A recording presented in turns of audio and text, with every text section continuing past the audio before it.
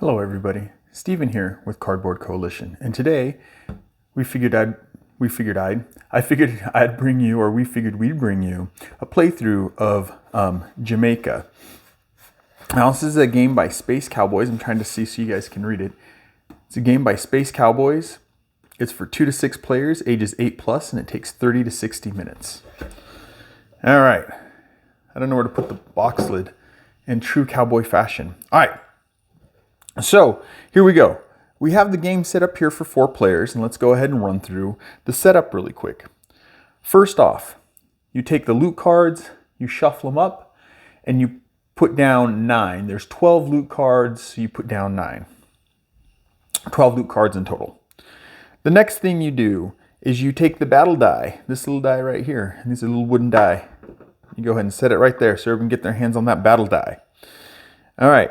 After that, you go ahead and have people pick their colors they want and place their boat in Port Royale. I don't know if you guys can see that, but Port Royale, you put your boats. That's the starting spot. All right, you will be going around the board like this. I guess I should tell you guys at this point, I should have maybe said in the beginning, this is a racing game, a pirate racing game. But this is the direction. You'll go clockwise around the board. All right, next, you will go ahead and put out the tokens, which I have put out the tokens, right? See if I can angle them in the camera a little bit more. I like that it has a tray for all the tokens and they sit in there nicely. So I just kind of put the tray out, plus first space. It says to put the tokens out in reach of everybody. If you're new to board gaming, you'll realize that very seldom is everything reachable by everybody. You tend to just pick a banker, right? And if you've been playing games, you know this. But you tend to just pick a banker, but put them out on the table, easily accessible. Let's put it that way. All right. Next thing we do is we go ahead and we put out, there's 9 of these treasure tokens. And it's kind of quaint in a way that if you look here, I don't know if you guys can see, but they look like skulls, right? Now, it'll show you where to put them, right? I have the rules right here to kind of show you guys. It'll show you where to put them. You can just look on here. But I noticed as I was putting them out that every single one of these has a little skull. They're even here. They're all little skull caves. Isn't that fun? All right, so you go ahead and put out the treasure tokens. All right, the next thing you do is you give everybody their hold, their ship's hold. That's what these boards represent. The ship's hold, and they have 1, 2, 3, 4, 5. They have 5 spots that they can hold stuff, right? After you give everybody their ship's hold, you go ahead and give everybody their matching set of cards. These are action cards. And actually, you can make a whole scene out of them. You can sit there and figure that out if you have the game. You can make a whole scene out of the cards. So you go ahead and you give them their color based on the boat they picked card, right? Their color action cards. It designates right here as the discard pile. So just know that this is going to be your discard. You play a card, it's discarded, things like that. All right. Once all that is done, then each person goes ahead and they draw 3 cards from their draw pile, right? Go ahead and draw 3 cards, right? Just 3 cards from the top. I don't know why I'm fixing them again. There's Misha hair, more just everywhere. All right, 3 cards. Then after that, you go ahead and designate the first player, right? It doesn't give you a way really to designate it. What I was doing was rolling dice around the table. There's any ties for first, whoever has the highest goes first, order goes clockwise, and you just roll the die, right? If there's any ties, roll the die again. Well, you go ahead and pick whoever's first, and you give them the compass, which designates them captain for that round, and you give them the dice. And you're ready to play. So we're gonna say purple's the first player, we give purple the dice, and we're ready to play. Now, one of the things that I do wanna point out, I keep looking at, and I wanna show you guys, these tabs are awesome. You could flip open to each thing, right? And I'm gonna try to follow through this in the order that they kind of tell us to play. There is gonna be some changes that I'm going to talk about just because I think it's easier to explain. And maybe I'm wrong. I'm not a professional at this. All right, so as I said, let me flip this open and see what we're doing. All right. So what you do is the first player goes ahead and takes the 2 dice that they were given, to give them a good shake and roll them. Well, got 2 6s. That would be kind of maybe an awesome roll depending on the cards I had. But let's go ahead and roll this one again so we have 2 different numbers so I can explain this. All right, we got a 3 and a 6, right? Now, the captain decides what card or what die they want to put in the day. There's a sun there and there's a moon. What die they want to put in the morning slot and what die they want to put in the evening slot, the moon slot, the sun slot, however you want to look at it. Sun slot, moon slot, morning slot, evening slot. And what you're going to base this off of is your cards. And you'll notice on your cards, they all have different pictures, all really cute, right? But you'll notice there's icons and then, well, there's all icons and movement icons.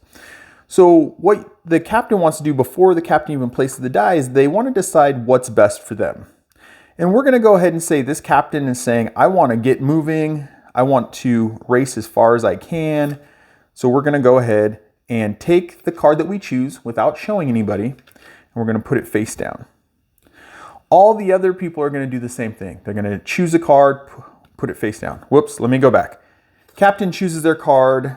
Maybe they don't put it face down yet. I kind of jumped ahead. It's how I do it. All right, so the captain looks at their cards. They know they want to choose this card. So they go ahead and they set the dice, right? And they're like, let's move. And they count. So they go 1, 2, 3, 4, 5, 6. I don't have that many coins. So let's go ahead and move 3 and we'll talk about what that means in a minute.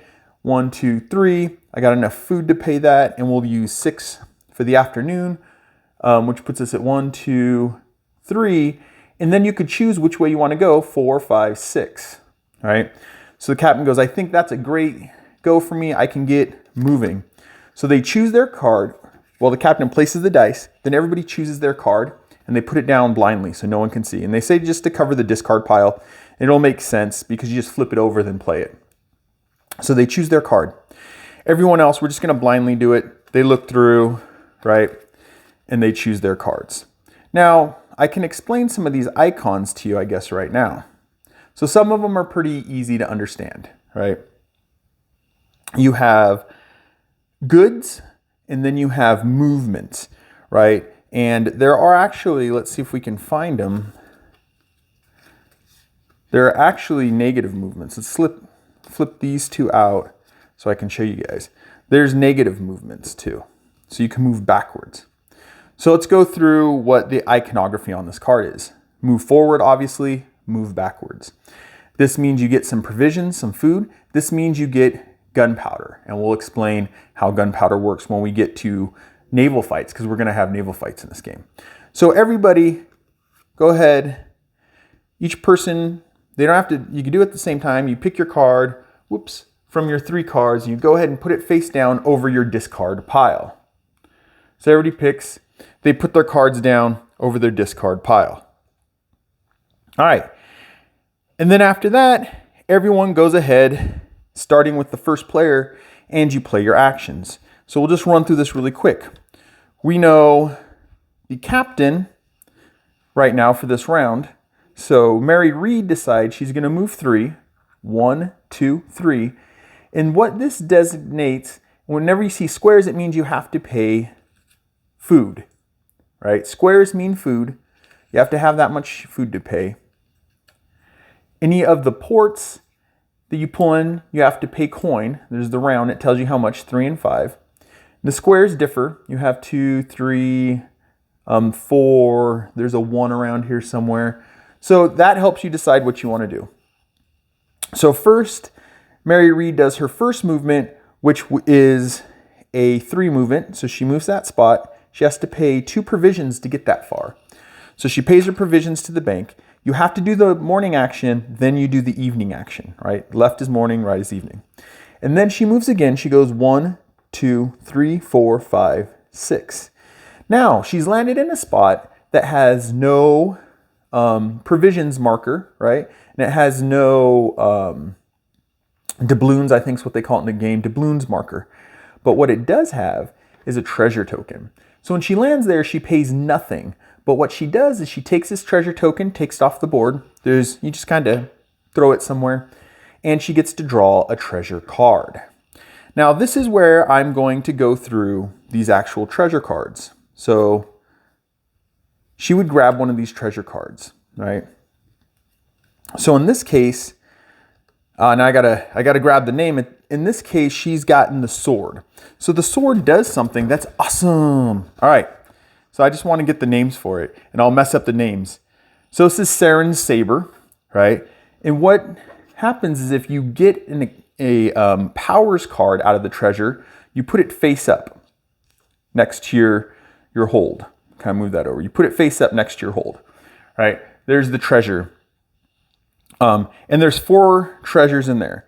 So we have Saren's saber, which it looks like Mary Read got. The other kind of treasure that you can get in here, or the other powers treasures that you have, is you have the Morgan's, no, it's not Morgan's map. This is the 6th hold. This means you get another hold on your ship. If anybody steals this from you, and we'll talk about how you do that, they get anything that's in that hold. So that's something to keep in mind. All right. Another one that's in here is Lady Beth. And what Lady Beth does is adds 2 to whatever roll you have. Same thing with Lady Beth. You would put it right here. I guess you could put the hold right here too, right? You would put it right here. If you already have a card here, you would have to swap out the card for one that you have, right? Actually, no, I take that back. You don't. You can actually, I'm glancing at the rules. You can actually put these out like this if you happen to get all those. It's not that likely, but, right? So face up, any of the powers go face up, right? And there's one more power. So this one is Morgan's map, right? And what this does is it lets you draw 4 cards instead of 3 in the card draw phase, right? So any face-up cards go right here. Any of the power cards go face up. Then the other cards that you can get out of here, I think I stacked this right, is Cursed Treasure, which is -4 points at the end. Whoops. Or Regular Treasure, which is +3. Any treasures that you get, either of these cards, you put them face down, all right? And there's a reason for that, and we'll get to that here in a bit. So that is what happens when you land in a treasure spot, is you pull these. So let's go ahead and do this. She's got that card there. You take the top card. When you take the loot token, you take the top card, right? So that is how movement works. There's one more thing to know with movement though. So if a player moves, let's see, do I have any bad moves, or can I make a bad move here? All right, so let's go ahead and look at, and these are real pirates and I just can't remember their names. Is it John Rockland or something like that? Anyways, the red, let's say in the morning, they're gonna move 1, 2, 3, they can pay for that. Everyone could pay for a 3 move, but let's say he goes somewhere where he can't pay. Somehow he gets over here, right? When you land in this area, you have to pay that amount. If he doesn't have that much food, which he doesn't, he only has 3, he has to pay all the food he has, and then he rolls this die. And based on the outcome of the die, tells you what to do. Now, so the book, you'll get used to it, it's pretty clear, but the book gives you your kind of different things. So you're looking at this bottom part of the die. So let's go like that. You're looking down at that bottom part of the die. So circles means you go back to the nearest port. Squares means you go back to the nearest sea space, right? And then pirate, the crossbones, the skull and bones, means you go back to the nearest pirate lair, all right? And so how does that work? So red goes here. They had to pay all the provisions they have, but they didn't have 4, and they rolled a skull. So that means they have to go back to the nearest pirate lair. This point, they don't have a pirate lair, right? They don't get a wrap around here because they're right here. They'd have to go back, right? And they don't get to wrap around like this, try to get to that pirate layer. They'd have to go all the way back to Port Royale. You're not allowed to go past Port Royale going backwards in any of these actions, right? The only time you can go past Port Royale is if you decide to play a card. There is a card that lets you go back one, then forward one. Let's see if I can find, oh, look at that. There it is right there. See, with this card, you could play this as your first card for whatever reason. Maybe you don't like the roll so much. And you can go back, right? And then go forward. But you still have to go all the way around the map once and cross before the end of the game. All right, so just keep in mind, on your first turn, you can go past Port Royale. After that, you can't go past Port Royale. So because they rolled that skull and there's no pirate layers, they would have to go all the way back to Port Royale. That would really, really suck for them. If they were up here somewhere, now there's a pirate layer, and they can go back to this pirate layer right here. Now, the thing is, when someone goes back, they do not pay the cost of that area. So let's say they had rolled a 4, no, where's the squares? A 6 with the square. Doesn't mean they go back 6. What it means is they go back to the nearest sea space, which would be right here. They do not pay that cost. Same as if they would have rolled a circle, means they'd go back to the nearest port. They don't pay that cost. Now, if they go back here, there's a pirate treasure there they can collect because they pay nothing. So it's an interesting way to get pirate treasures. All right. So that is movement, and that is how you pay for things. We've talked about shortages. That's when you don't have enough. Same goes if you go to any port and you can't pay the cost. Like no one has 5. So if they were to land there, they'd have to roll the die, right? They got the crossbones, same thing. They would go back here. If they would have got the port, they would have gone here. Or if they would have got the circle, they would have gone here to the nearest port. And if they would have got a square, they would have gone back to the nearest sea space without paying the cost, right? Oh, I didn't see that. My bad, guys. I didn't see that. So in Red's case, they got that Pirate's Lair. I didn't notice the Pirate's Lair right there. You guys probably did. So they would go back there and then they can get this and grab loot and stuff like that. So they can get that and then they can pull a loot card. You're not supposed to do it this way, but let's grab one of these. It'll help later on in explanation. Let's grab one of these. They grab the loot card, they put it face down because it was a cursed treasure. All right. Now, the other thing that goes on with movement is that if a ship stops, they can pass through, right? And they can be pushed back. If they land in an area with another ship, the person who goes in that area has to conduct a battle. They have to go into battle with that ship. And this is how the battle works. So let's say Black, for whatever reasons, moved into Red's space. Now what Black has to do is decide if they have any gunpowder. So let's say Black has a couple things of gunpowder, right? Black has to decide how much gunpowder they want to use in this fight with Red. So Black's going to say, I'm going to spend 2 gunpowder to fight Red. And then Black takes the die and they roll the die. Black gets a 4 plus 2 gunpowder gives Black a total of 6. Now Green has no gunpowder, so they can't play it. They'd have to choose to play the gunpowder now, then they roll the die. Or sorry, we're dealing with Red. Got to look around. We're dealing with Red.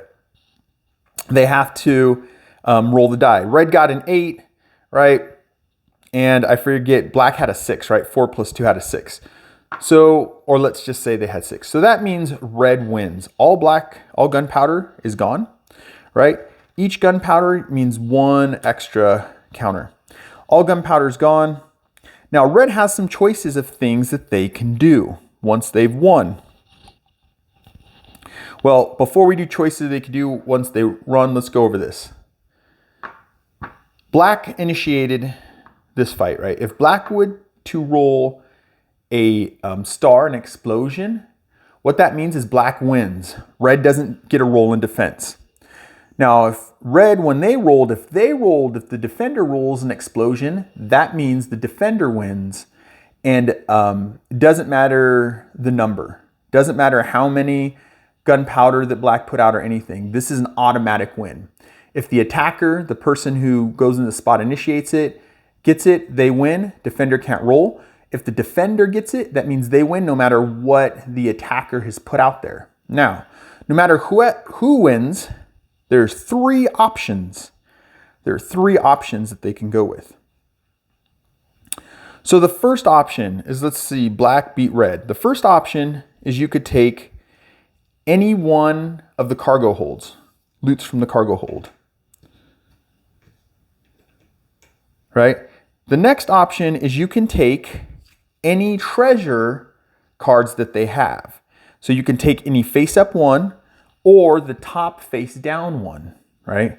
And as we know, these could be cursed treasures, so it can be a doozy to do that, right? So you can choose any of the treasures. So let's go ahead and do this just to illustrate. Black won against red. Let's say red had these treasures. Let's just pretend they're around the board a little bit. Red has these treasures. So black has some options. Do they want the loot? Do they want the gold doubloons? Do they want the power treasure, the +2 to 1 roll? And that +2 to 1 roll, I don't remember if I said it. You have to choose what roll you're going to do it, and as soon as you roll, you have to say I'm adding +2 or -2 to your opponent's roll. So what this means is the saber gives the attacker +2 to their roll, or they can choose the defender to get a -2 for their roll. Sorry for getting that all messed up. I thought I was all in order. All right, back to it. They could choose their gold. They could choose some of their other loot, their face up card or their face down card, right? Face down can be tricky though because of the lost treasure. The other thing that black can do is black can give one of their treasures, right? And we know which one it would be. It would be a cursed treasure. So in this case, let's say black had a cursed treasure. They're like, black decides I can either take this face-up card, I can take their doubloons, or I can get rid of this -2.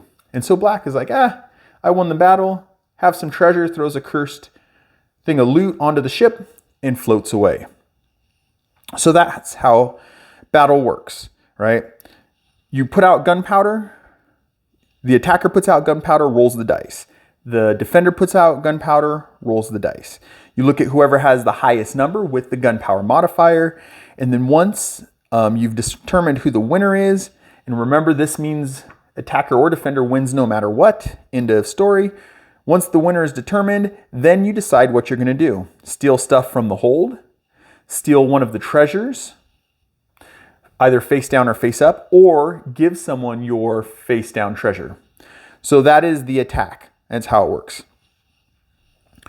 So what you do is you go around, each person goes, as you see we did a couple people as we were talking about this, each person goes around and they move their ships until a ship makes it all the way to Port Royal.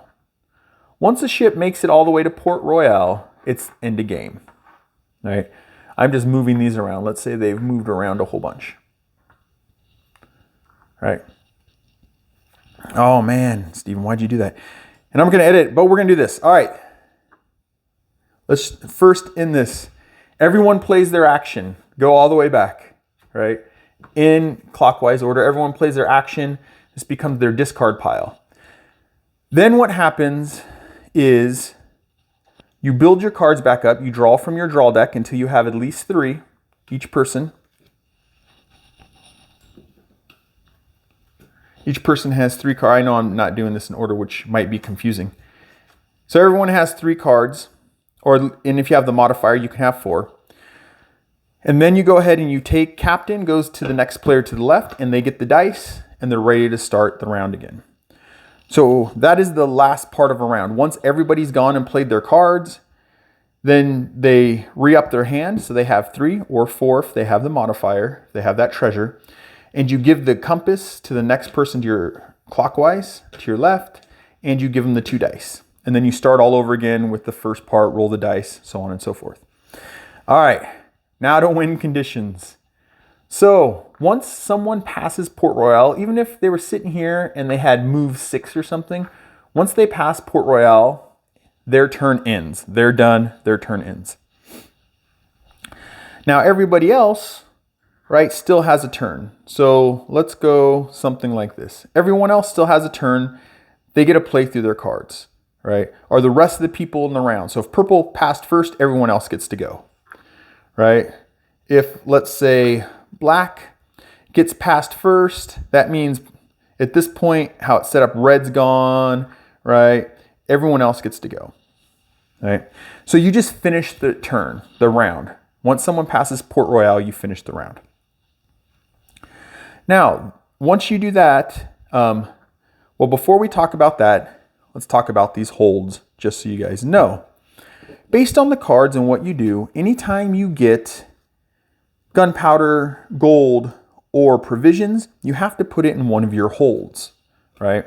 And this is because we're about to go into scoring.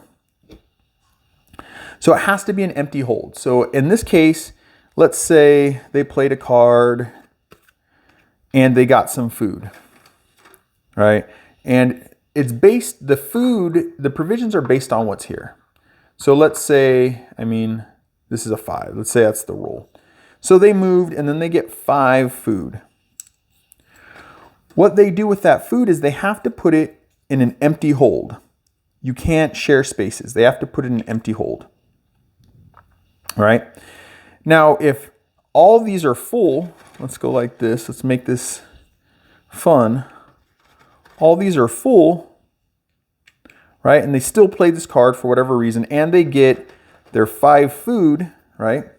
1, 2, 3, 4, 5. They get their 5 provisions. They have to pick a provision that's not the one that they acquired, and they have to get rid of it. And that provision just goes back to the bank, and then they put those provisions in that hold. Now, when paying for any of the C spaces, you can combine. So let's do something like this. You know, here's a 3 C space, right? Or purple, see there's a 3 right there. Let's say they have 2 in this hold and 1 in here. They can combine the holds to pay for what they need to pay. All right, so that's how the holds work. It's kind of a balancing system. So once someone passes Port Royale, you finish the round, you finish up everybody's turn, and then you score. And this is how you score. If you notice, there are numbers on this part of the map. 15, 10, 9, 8, 7, 6, 5, 4, 3, 2, right? They're numbers. So first you look at that number. So let's go with 15, or black, the black ship. They would get 15 points. Next, they would look into their hold and see how many gold doubloons they have. So they have 3, that would give them 18, right? And then they would look to see if they have any treasures. Let's go ahead and give them a random treasure. So they have a treasure. Let's say they had this treasure. They would flip the treasure over and they would go +3.